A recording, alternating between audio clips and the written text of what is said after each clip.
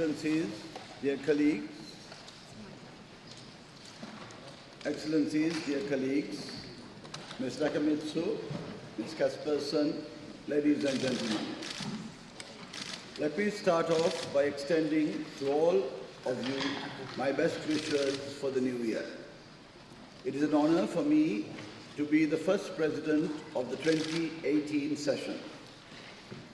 Before we proceed with the next item in the order of business for the day, it is my pleasure to extend a warm welcome to the new colleagues who have assumed their responsibilities as representatives of their governments to the conference since the end of the 2017 session.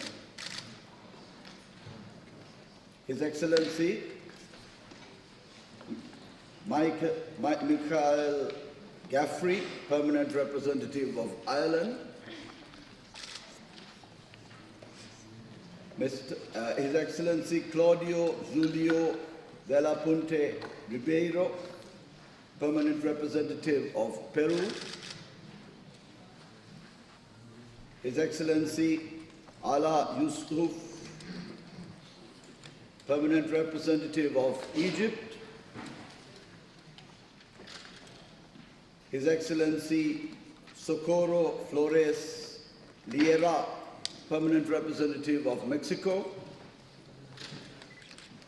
His Excellency Gina Franco Incarnato, Permanent Representative of Italy. A very warm welcome, especially to you, and on behalf of my own government and on behalf of the conference, I would like to take this opportunity to assure you of our cooperation and support in your new assignments. Now I would like to propose that the order of business for our meeting this morning to be as follows. Firstly, the adoption of the draft agenda for the 2018 session of the Conference on Disarmament. Secondly, the adoption of the requests of non-member states to participate in the work of the conference at its 2018 session. Thirdly, the delivery of my statement as President of the conference, which will be followed by the delivery of a message by the High Representative for Disarmament Affairs, followed by statements of delegations who wish to take the floor today. I would now like to invite you to consider the draft agenda for the 2018 session of the conference. This draft is contained in document CD/WP.603 that is before you. I propose that the agenda be accompanied by a presidential statement, which is the same as in previous years and which reads as follows. In connection with the adoption of the agenda, I, as the President of the conference, should like to state that it is my understanding that if there is a consensus in the conference to deal with any issue, they could be dealt with within this agenda. The conference will also take into consideration Rules 27 and 30 of the Rules of Procedure of the conference. Does any delegation wish to take the floor at this time?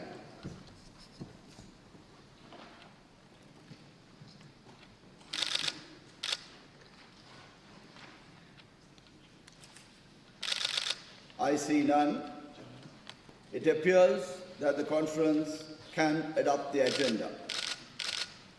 May I take it that the conference is ready to adopt the agenda as contained in document CD/WP.603, followed by the statement I have just read out. It is so decided. The agenda will be issued as an official document of the conference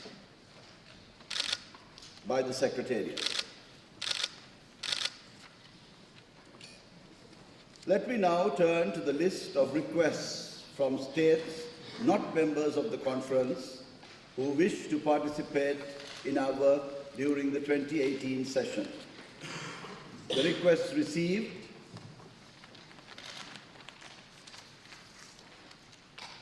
by the CD Secretariat until yesterday at 3 p.m. are contained in document CD/WP.604 available on your tables. Any requests from non-member states received after the date indicated above will be presented for consideration and decision at the next plenary meetings. May I take it that the conference decides to invite these states to participate in our work in accordance with its rules of procedure.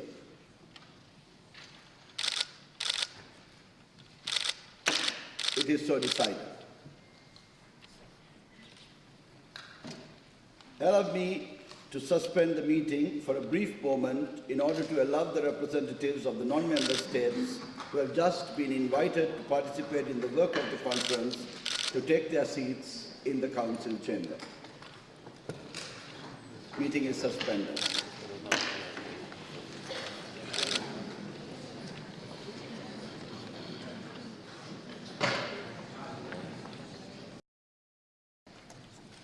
The meeting is resumed. Excellencies, distinguished colleagues, before I invite Ms. Izumi Nakamitsu, High Representative for Disarmament, to deliver a message, please allow me at this stage to make a statement in my capacity as President of the Conference of Disarmament.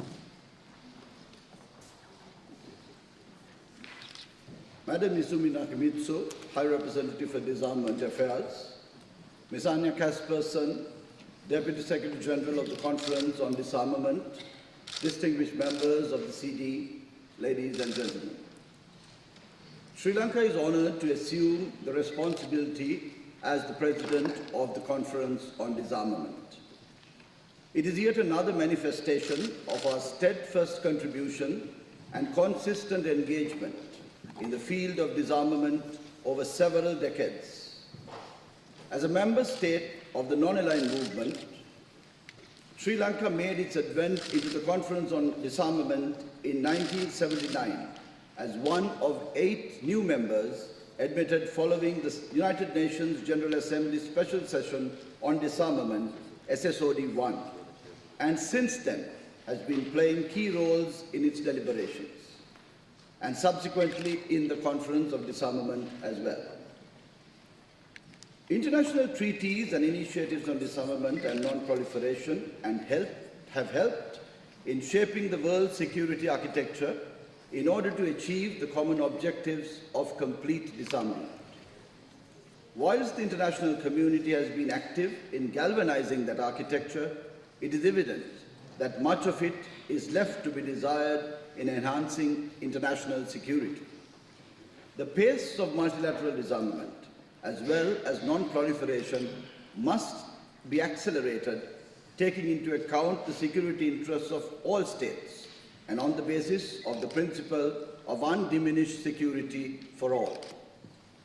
There is general recognition that a transparent, sustainable and credible plan for multilateral nuclear disarmament is necessary so that both disarmament and non-proliferation could advance in a mutually reinforcing manner in effectively realizing the objective of a safer world. In working towards a common, sustainable solution, Sri Lanka attaches great importance to the Conference of Disarmament as the sole multilateral disarmament negotiating forum of the international community mandated by SSOD-1. However, we are conscious that Sri Lanka assumes the presidency of this conference at a time this august body has critical challenges and some opportunities before it.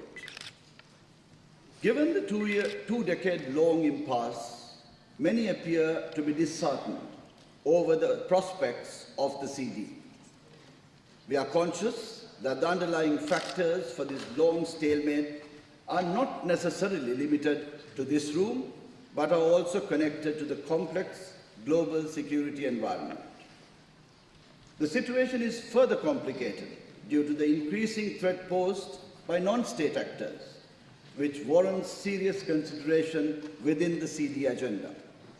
UN Secretary General Mr. Antonio Guterres, in his New Year message, alerts that the world to the stark reality, observing that, I quote, conflicts have deepened and new dangers have emerged, adding that global anxieties about nuclear weapons are the highest since the Cold War.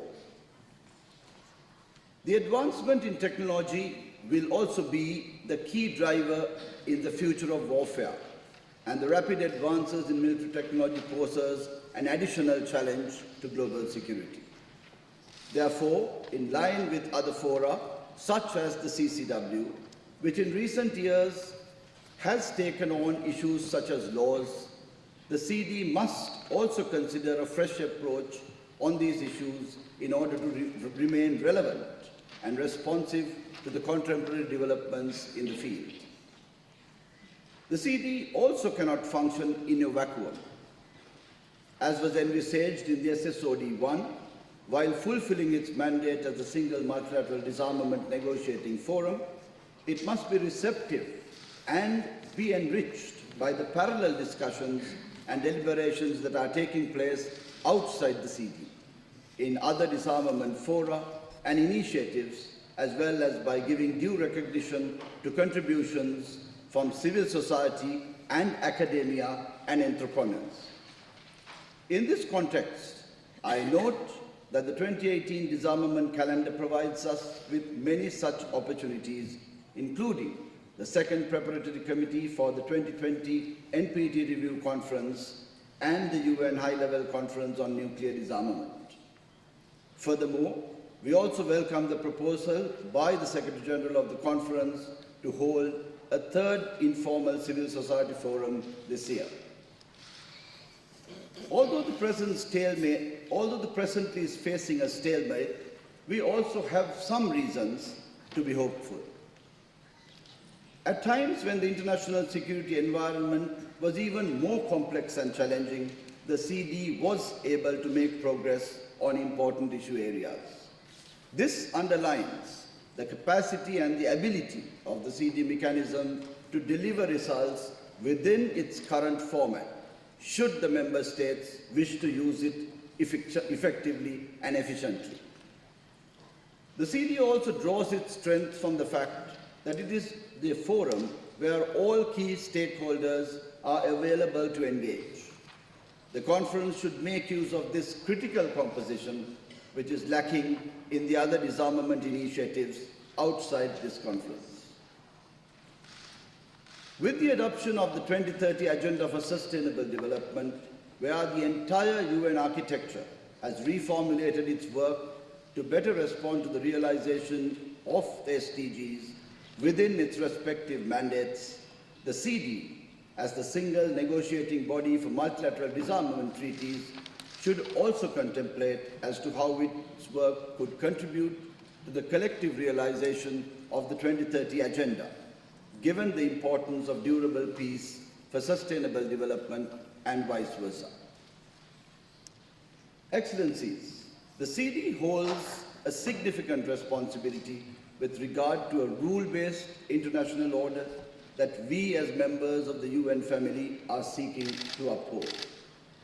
The CD's continued inaction sets a negative precedent by not measuring up to efficiently and effectively preventing or responding to new and emerging security challenges through the adoption of appropriate international instruments. Therefore, it is time to avoid the temptation of subjecting the work of this conference to the vagaries of the ever-changing international strategic landscape.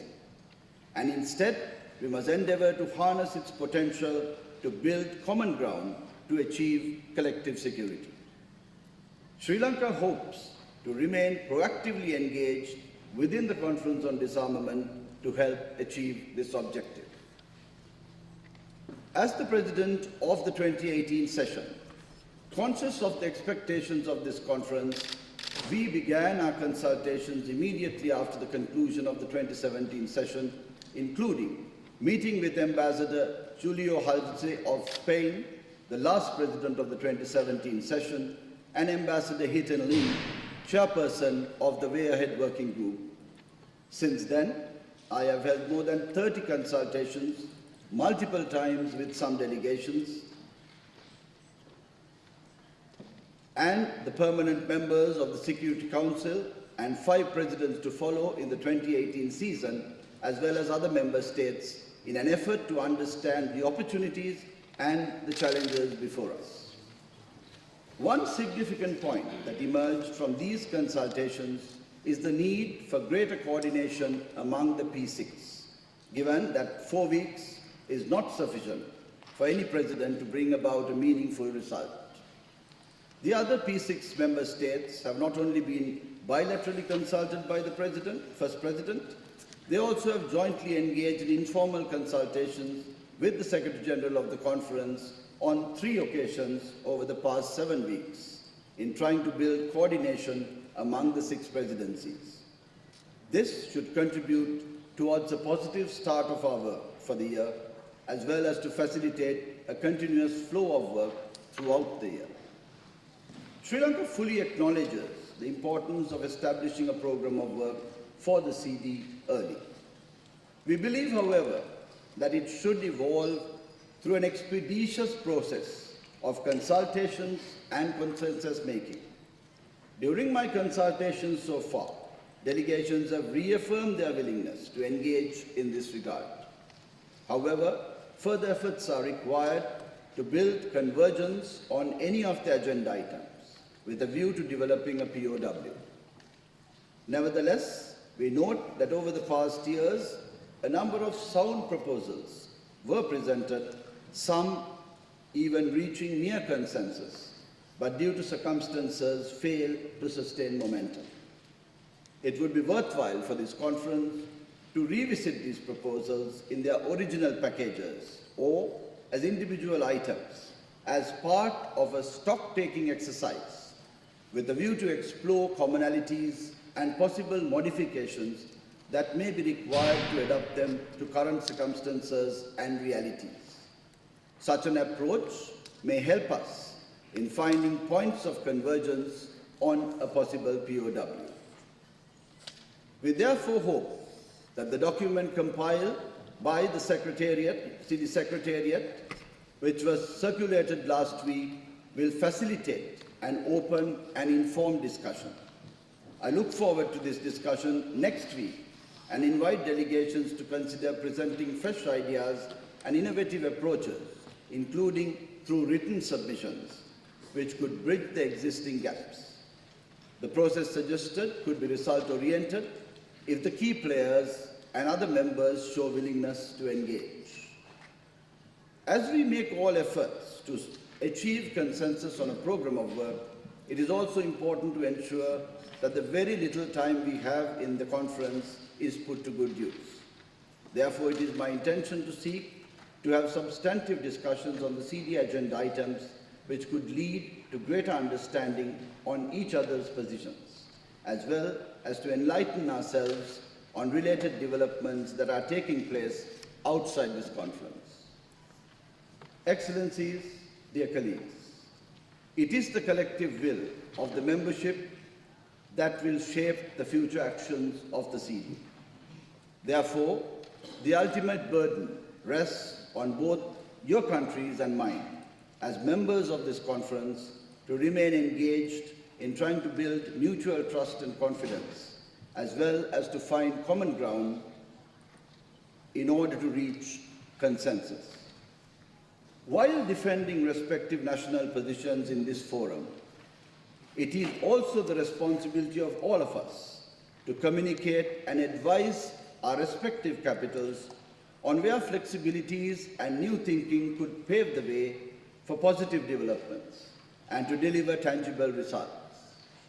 We must also seek to bring back the necessary attention at the highest political levels to the CD in order to maintain the integrity and credibility of this conference, as well as to create forward movement and momentum.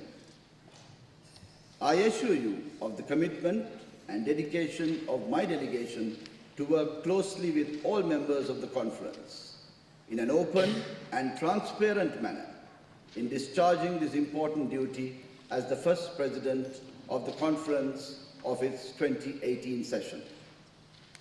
That concludes my remarks as the president.